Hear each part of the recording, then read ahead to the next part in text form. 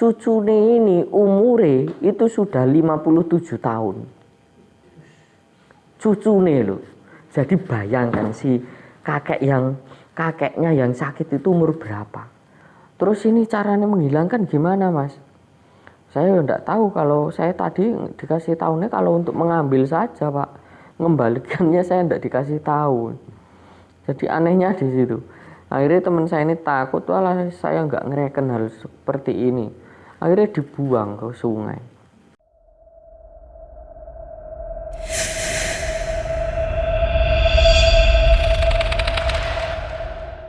Oke, berjumpa lagi dengan saya Mbah Atmoko. Saya akan membawakan sebuah kisah misteri di mana ada rasa di situ ada misteri tersendiri. Menurut saya kisah ini sangat menyeramkan, guys, karena ini memerlukan sebuah pendampingan atau memerlukan sebuah ilmu khusus, spiritual khusus ini. Jadi yang ngalamin ini sebetulnya bukan saya. Ini asli bukan saya ini yang ngalamin. Jadi karena busana saya sudah begini, saya agak akan membawakan sedikit kekalem-kaleman gitu ya, guys. Jadi nggak bisa, oh iya guys, gini-gini ya. Mungkin lebih cocok enggih gitu ya. Nah, kisah ini sebetulnya mungkin saya yakin kok selain dari narasumber ini ada beberapa yang mengalami. Jadi mungkin ada teman-teman itu mungkin ya pernah mendengar kisahnya tapi dengan versi lain. Saya akan membawakan sebuah kisah, sebetulnya ini kisah pribadi.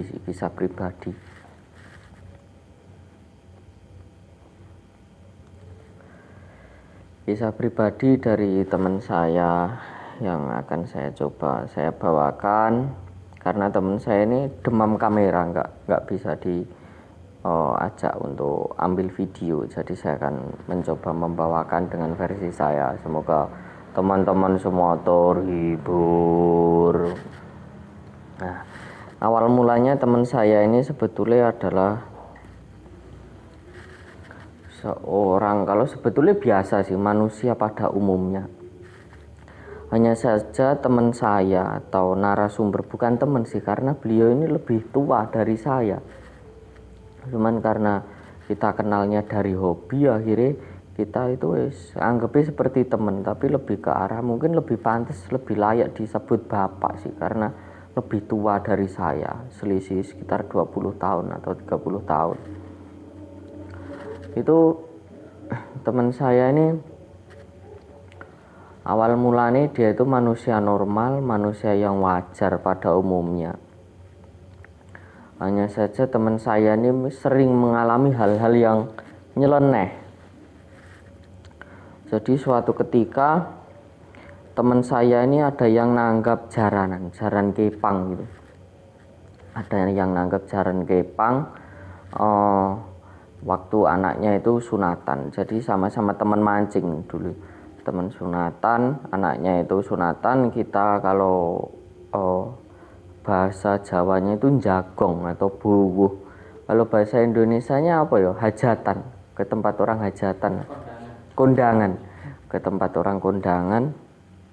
Di situ waktu kalau jaranan kan ya ada seruling khas Jawa lah.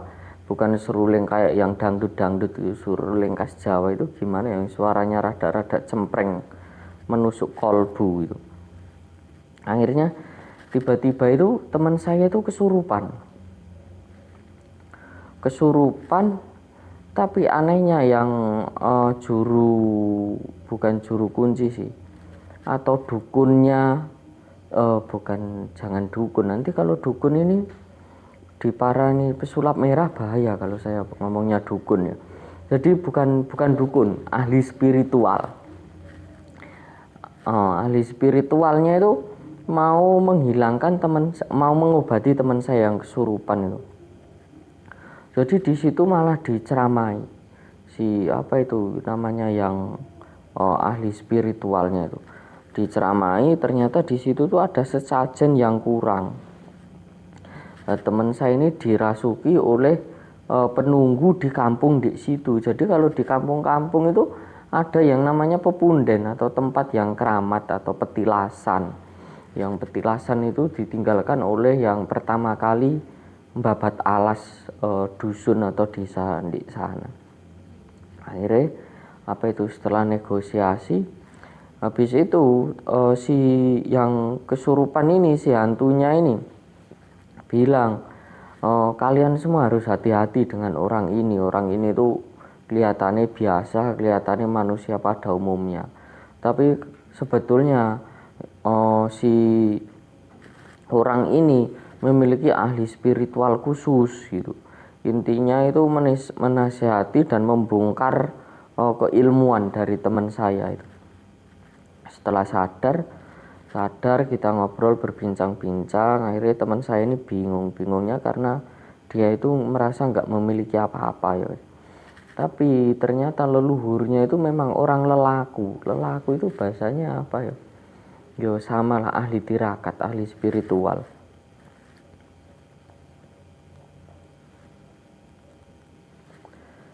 Setelah itu menceritakan di situ, menjelaskan, akhirnya teman saya ini akhirnya penasaran, siapa sih sebetulnya jati diri saya ini. Jadi suatu ketika teman saya ini penasaran, lagi mancing di Sungai Berantas di Mojokerto. Lagi mancing tengah malam. Berdasarkan penuturan dari teman saya ini selama mancing itu hanya mengangan-angan, sebetulnya saya ini siapa, kok orang lain menganggap saya ini orang sakti, orang yang linuwih, orang yang sakti mandraguna lah. Tapi teman saya ini merasa tidak memiliki apa-apa. Terus teman saya bingung, saya ini siapa sebetulnya. Di situ antara sadar dan tidak, tiba-tiba pundak teman saya ini kayak ada orang nepuk itu, bilang, "Nak," pakai bahasa Jawa, "Nak, jangan kaget, ini Mbah," gitu. Waktu ditoleh ini yang namanya teman saya itu meskipun udah tua, umurnya lebih dari 50 tahun ya, berdasarkan penuturan teman saya itu melihat hantu itu ya baru sekali itu, dengan wujud seorang orang tua, kakek tua yang tiba-tiba di belakangnya memakai baju yang hampir mirip ya, tapi bukan ini, hampir mirip seperti yang saya pakai ini, baju surjan seperti ini. Lalu teman saya ini kaget.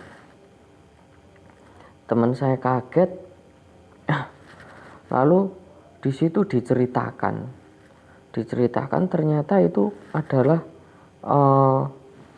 leluhurnya. Kalau bahasa jinnya itu ternyata itu leluhurnya dulu, menceritakan bahwa itu kakeknya. Setelah cerita panjang lebar, singkat cerita, di situ teman saya itu dibangunin sama orang, dikira itu sudah meninggal. Jadi di situ udah rame. Teman saya itu ternyata pingsan di rumput-rumput di semak belukar itu. Jadi semalaman itu teman saya itu pingsan di situ, seakan-akan dia itu wis nggak sadar. Perasaannya, penuturan dari teman saya ini sebetulnya nggak tidur ya, wis aktivitas mancing seperti biasa. Tapi di situ itu teman saya itu tertidur, dibangunin nggak bangun. Akhirnya ada orang mencari rumput itu tadi, karena ketakutan dibangunin nggak bangun-bangun. Terus ketakutan manggil temennya, ada orang yang nyari rumput, orang lain dipanggil, bilangnya aku nemu mayat gitu. Akhirnya disamperin. Setelah temennya itu mungkin termasuk orang mungkin termasuk tokoh masyarakat juga mungkin. Jadi berdasarkan penuturan sama yang nyari rumput itu, teman saya itu dipegang, denyut nadinya masih ada, badannya bener masih dingin, tapi di bagian leher ini masih ada yang hangat. Jadi menyimpulkan bahwa yang mencari rumput ini bukan bukan meninggal, ini pingsan atau tertidur gitu, karena badannya masih hangat, terus masih ada denyut nadinya. Setelah itu dibangunin, teman saya bangun menceritakan itu tadi. Menceritakan terus menceritakan bahwa ditemuin kakeknya itu tadi, sosok orang yang mengaku kakeknya. Lalu teman saya ini bilang, saya tadi itu ketemu sama kakek saya, menceritakan banyak ceritanya, cuman nggak bisa saya sebutkan di sini. Tiba-tiba teman saya itu di waktu mimpi itu dikasih sebuah keris gitu, dikasih sebuah keris itu, katanya itu dimasukkan ke dalam dada.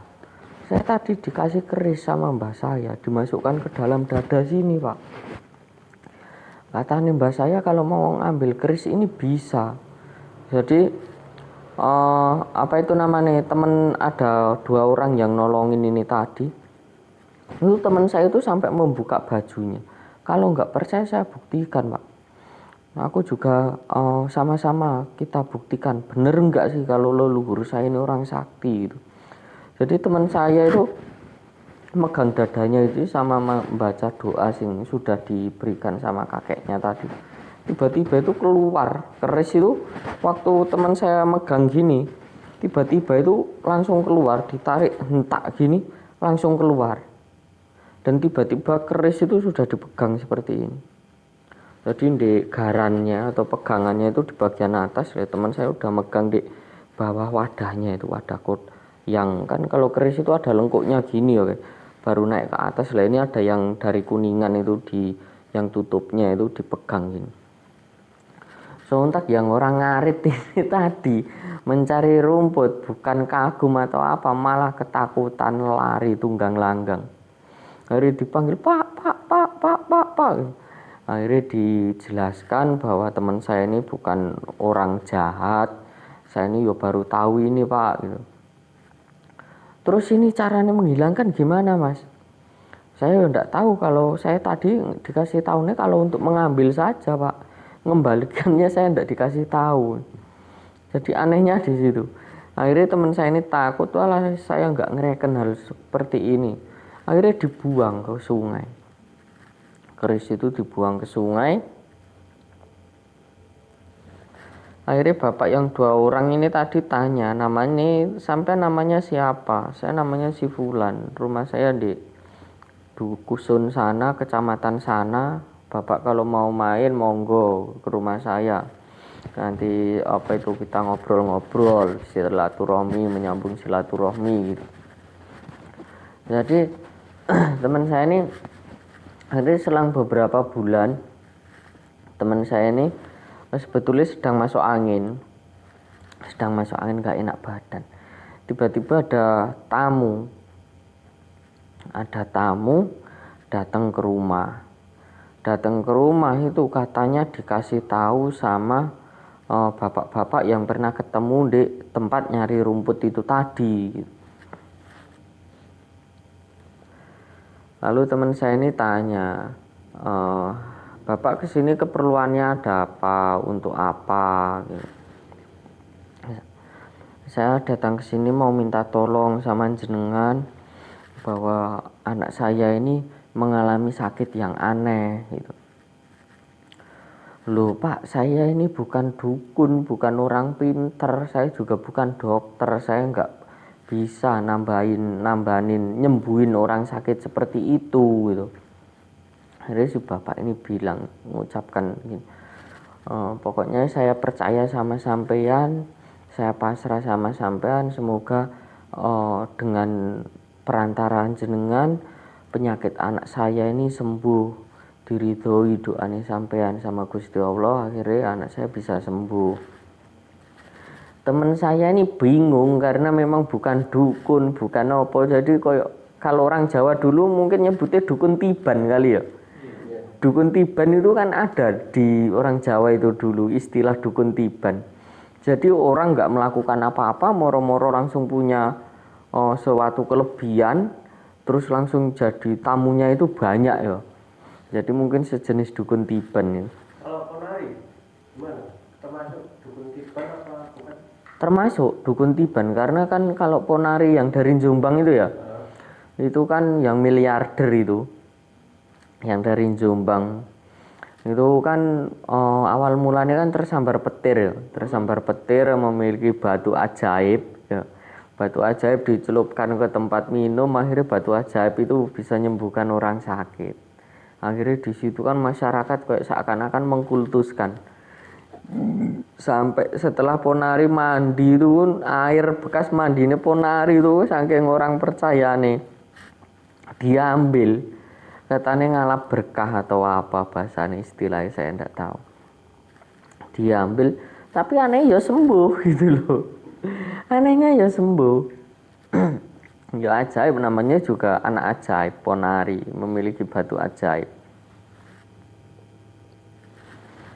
Kembali lagi ke teman saya ini tadi. Akhirnya teman saya ini mengucap, ya wis Pak, lek memang sampean percaya sama saya, sampean seperti itu, kalau anaknya sampean itu koyo seakan-akan itu pinginnya ke pantai, dan kalau ke pantai itu melihat sesuatu terus sering kesurupan.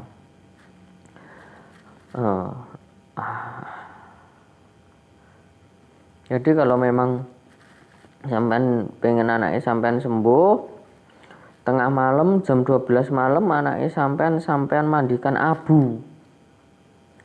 Abu ini harus dari kandang sapi atau kandang kambing, nggak boleh yang di pawon, di dapur. Kalau orang zaman dulu itu kan ada pawon, nyebutnya pawon ya.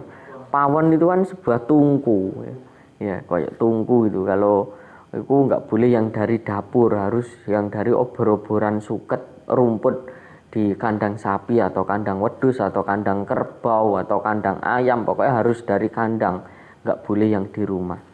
Itu buat mandi. Setelah mandi Pak, anaknya sampean suruh guling-guling ke kanan itu 3 kali, setelah itu guling-guling ke kiri, harus sampai di posisi awal itu tadi juga sama 3 kali. Habis itu wis mandi, setelah mandi anaknya sampean suruh minta maaf sama sampean sama ibu. Akhirnya teman saya, tamunya teman saya ini ya wis percaya, akhirnya ya sembuh. Anaknya itu sembuh, wis nggak pernah kesurupan, nggak pernah gila, karena yang tamunya itu ternyata usut punya usut. Teman saya, tamunya teman saya ini yang perempuan itu bukan menyakiti sih, lebih tepatnya mungkin ada seseorang lelaki yang sangat mencintai, mengagumi si perempuan cantik ini tadi. Cintanya ditolak. Setelah ditolak, menggunakan guna-guna, akhirnya yo koyok dibuat seakan-akan gila, tapi sebetulnya nggak gila, karena suruh di waktu sholat ya sholat, waktu kerja ya kerja. Tapi anehnya ketika kambuh itu koyok memang ya wis koyok bukan manusia pada umumnya, koyok seakan-akan itu ya wis koyok gila, koyok bukan kesurupan sih, tapi lebih ke arah gila. Akhirnya di situ, lantaran teman saya itu tadi, saya nggak tahu apa itu namanya, kelanjutan itu gimana. Pokoknya teman saya itu ceritanya kayak gitu tok. Setelah itu anaknya sembuh, yang anaknya tamunya teman saya itu tadi sembuh. Setelah sembuh dari situ ada cerita mulut ke mulut lah. Ada cerita mulut ke mulut, teman saya ini sampai sekarang menjadi orang sakti. Bukan sakti sih, bahasanya apa ya, bahasa yang lebih halus ya Mas Slamet. Orang pinter atau orang pinter lah, ahli spiritual gitu aja ya. Ahli spiritual. Jadi pengobatannya teman saya ini aneh-aneh Om. Ada orang sakit lambung dibawa ke dokter, wis positif sakit lambung gitu loh. Sama dokter wis pokoknya vonisnya sakit lambung. Karena ya namanya orang Jawa. Orang Jawa kan kalau ada sesuatu itu kan percaya. Percaya dalam artian bukan mengimani sih, Percaya dalam artian seseorang itu memiliki ilmu yang tinggi, akhirnya lebih dekat dengan Tuhan, lebih dekat dengan Gusti Allah. Akhirnya apapun yang diucapkan oleh orang tersebut itu seakan-akan dikabulkan oleh Gusti Allah. Seakan-akan dikabulkan. Ada orang sakit lambung, obatnya ya wis sederhana. Wis Pak, sampean pulang ya wis ora usah mikir sampean iki loro disantet atau diapakno, ini enggak, ini penyakit, enggak ada orang nyantet. Sekarang wis zamane HP-an, enggak usah zaman santet, wis enggak ada santet-santetan. Teman saya itu bahasanya seperti itu. Setelah itu sampean pulang, sampean cari pohon jambu krikil. Pohon jambu krikil apa? Jambu batu, jambu biji.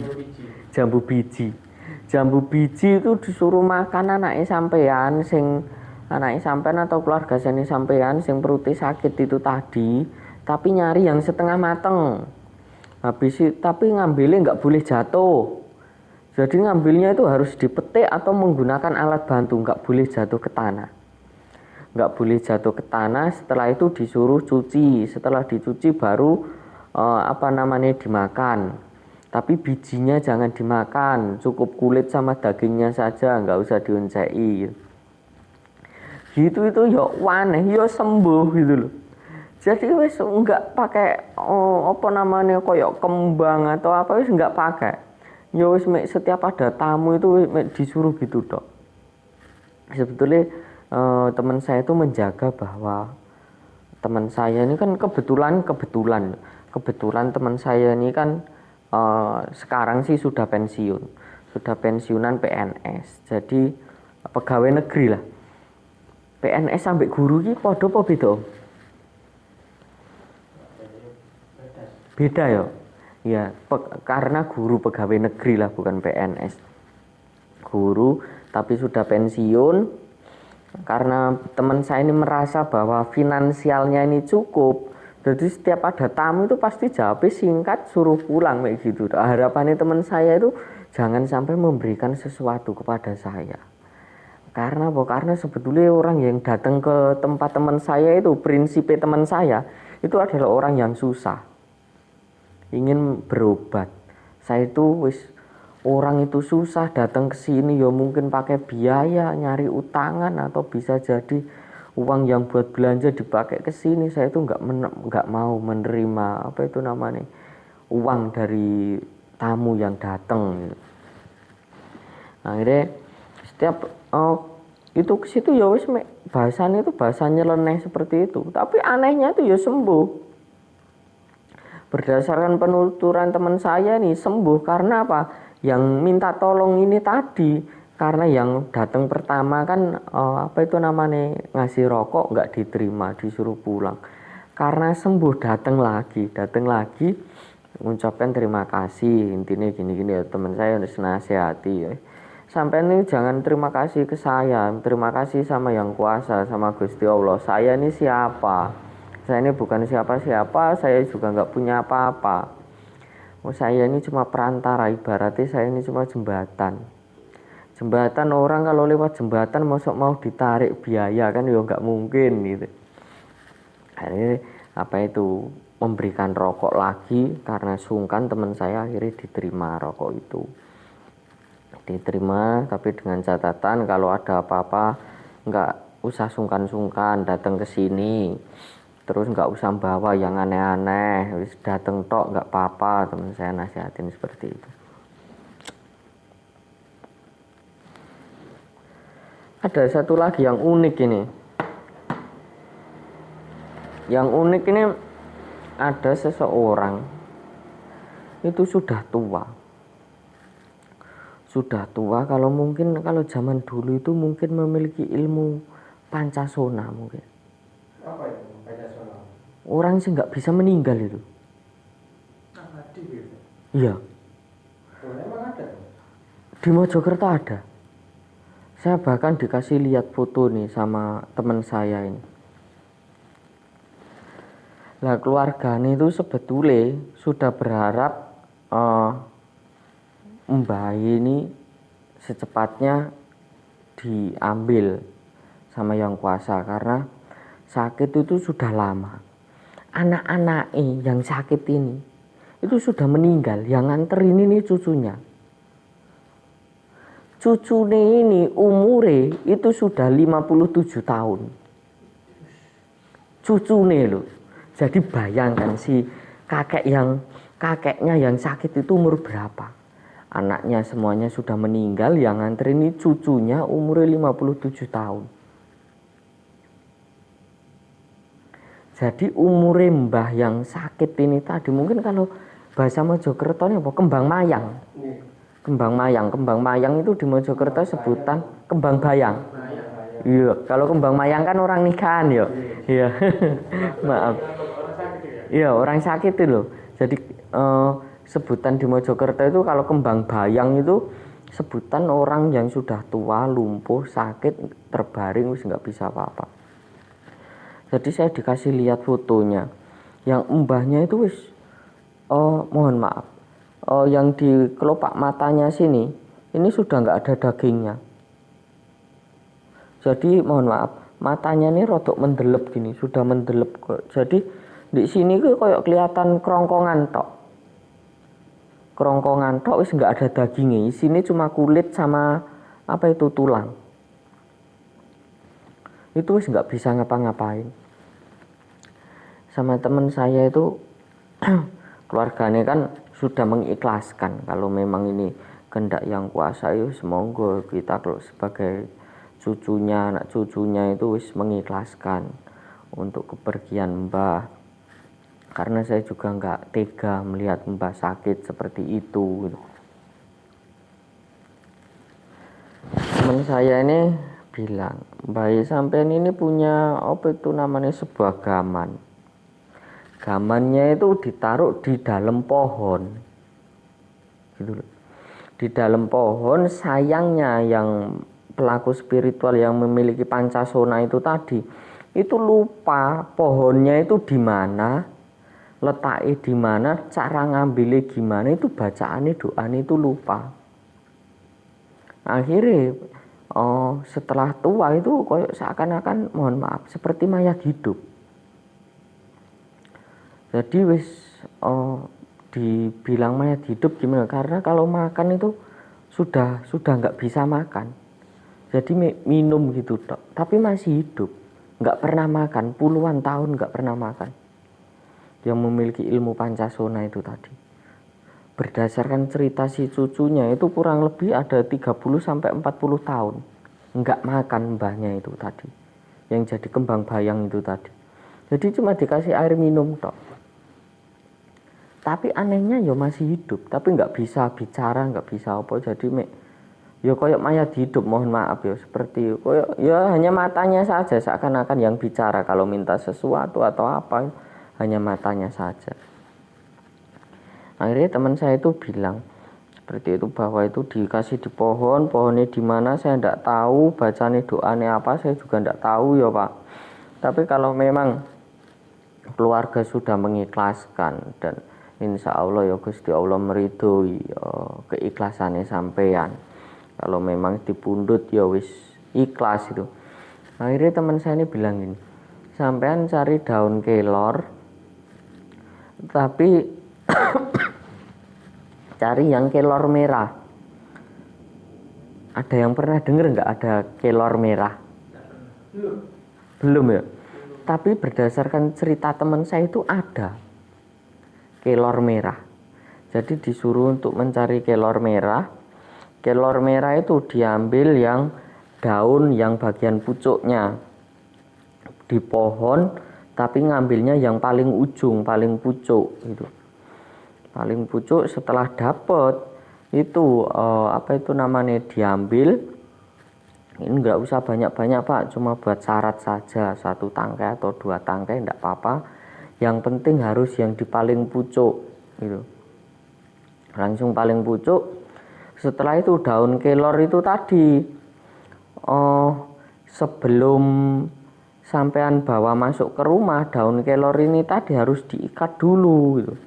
Setelah daun kelor ini diikat, sampean ambil air ke baskom, sampean bacakan syahadat sama la ilaha illallah sebanyak 111 kali. Setelah itu daun kelor ini tadi diaduk-aduk ke dalam baskom.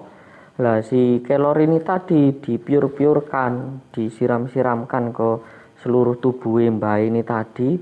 Setelah itu sisa air sama daun plus batangnya jangan dicuci lagi, langsung bapak rebus setengah mateng. Pokoknya kira-kira ketika air itu sudah mendidih, daun kelor dan batangnya itu tadi sampean celupkan kira-kira 1 atau 2 menit. Setelah itu bapak angkat, habis itu dikasih untuk makan. Ternyata benar, setelah itu dilakukan sama sama cucunya itu tadi. Setelah dilakukan sama cucunya itu tadi, tiba-tiba si kakeknya ini tadi nazak itu, atau mungkin sebutannya sekaratul maut. Setelah itu selang beberapa lama si kakeknya itu tadi alhamdulillah itu bisa meninggal dengan tenang, dibimbing oleh anak cucunya. Nah, dari penuturan teman saya ini tadi, karena kan saya kenal sama teman saya ini kan, saya mengenalnya bukan seorang ahli spiritual ya sebelumnya, karena teman saya ini nggak cerita kalau teman saya ini adalah pelaku spiritual. Mungkin kalau teman saya ini melihat video ini nggak mau disebut ahli spiritual, mungkin anggapannya aku ini bukan ahli spiritual, saya ini hanya manusia biasa seperti pada umumnya, sama seperti sampean. Mungkin anggapannya seperti itu. Tapi aneh dari teman saya yang membuat saya menggelitik dari semua, sebetulnya kisahnya ini banyak dari teman saya ini. Yang menggelitik itu banyak banget ini. Yang menggelitik adalah teman saya itu cerita kepada saya bahwa mengaku, bahkan bersumpah-sumpah kepada saya, itu bersumpah nggak merasa memiliki ilmu, nggak merasa memiliki doa, juga nggak melakukan apa-apa, ya nggak tahu apa-apa. Jadi tak tanyain, loh sampean kok bisa tahu kalau gamannya itu tadi ditaruh di pohon, ditanam di dalam pohon? Saya ini ya nggak tahu. Nak Aris, pokoknya saya ini, kok Nak Aris sih, keceplosan. Nak Atmo gitu ya, keceplosan ya guys. Jadi kalau nama saya ini disebutkan Aris itu kan nggak cocok sama bahasanya, sama apa itu namanya busananya, sama apa ini namanya belangkonnya.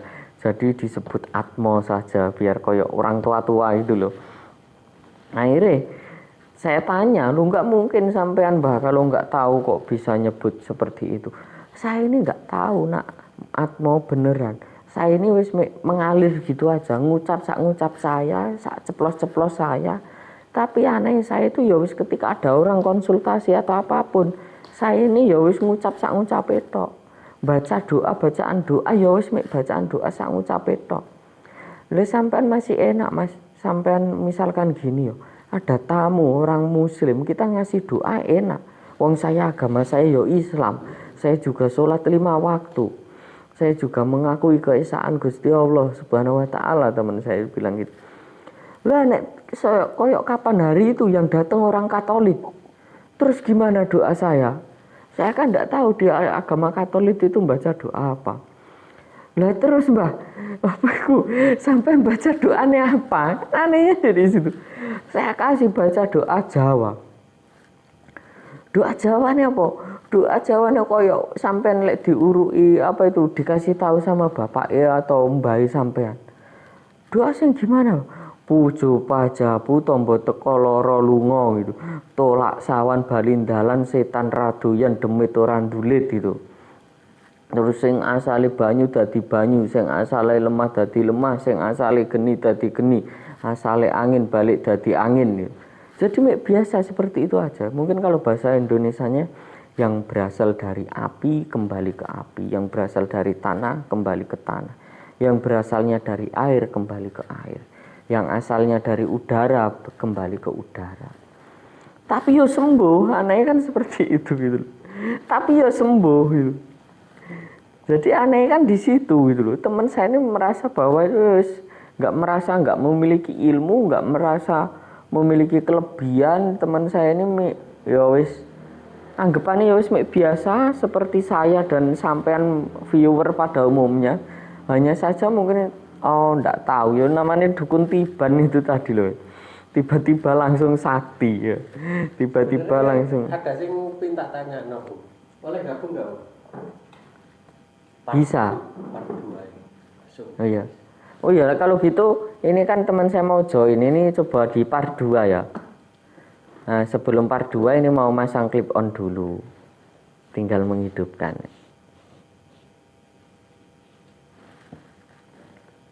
menghidupkan kembali.